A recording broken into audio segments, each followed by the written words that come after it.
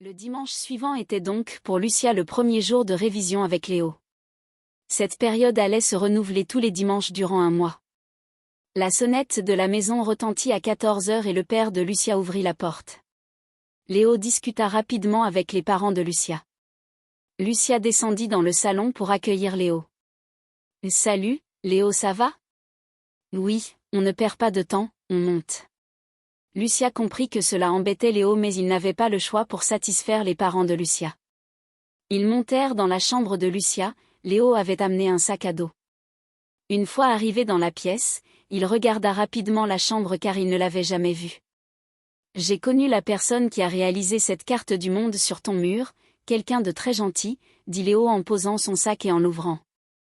Il y avait des fiches sur certains cours où Lucia avait une moins bonne moyenne que Léo, la philosophie, les travaux pratiques en sciences, le latin et les langues vivantes choisies par Lucia qui étaient l'anglais en langue vivante 1 et l'espagnol en langue vivante 2. Léo lui tendit les fiches en disant « Je te donne ça, il y a les éléments les plus importants à savoir et les liens qui peuvent être faits. » Le but est ainsi d'impressionner le correcteur et maximiser la note en démontrant sa maîtrise du sujet. Léo et Lucia révisèrent ensemble ainsi jusqu'au baccalauréat.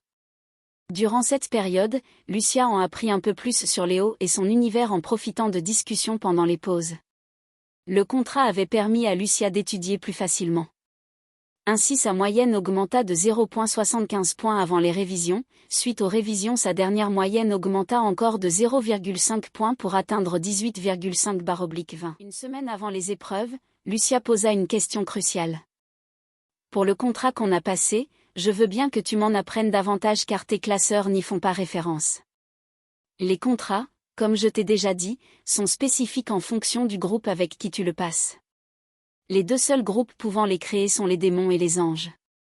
Ceux des anges sont toujours positifs et juste alors que celui des démons a toujours un élément négatif. Comme celui-ci qu'il a été passé avec une humaine et réalisé par une ange, ce dernier a pu être un peu modifié, répondit Léo avec un petit sourire crispé. Quelles sont ces modifications du fait que tu sois un démon ? Lucia vit que ça gênait Léo d'en parler mais quelque chose le forçait. Cet élément est que normalement tu aurais dû obéir à mes ordres.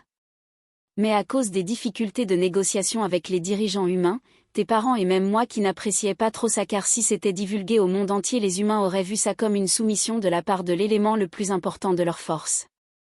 La prêtresse m'a donc fait passer cette sorte de soumission à toi. Donc si je te demande quelque chose tu dois le faire obligatoirement si j'ai bien compris ? Oui. Si je ne réponds pas à ta sollicitation, je vais ressentir une douleur et un mal-être qui va s'accentuer jusqu'à ce que je réalise ta requête. Par exemple, tout ce qui concerne le pacte est considéré comme une information confidentielle et tu n'as pas encore l'accréditation requise pour y avoir accès. Je peux aussi te dire que ce dernier est un mélange de la magie de l'ombre et de la lumière. Dorénavant je vais essayer de faire attention à mes paroles afin de ne pas te gêner. Si d'aventure j'active cette contrainte sans m'en rendre compte, dis-le-moi. Merci car ça peut vraiment être embêtant. Bon, on reprend, dit Léo en lui accordant un sourire.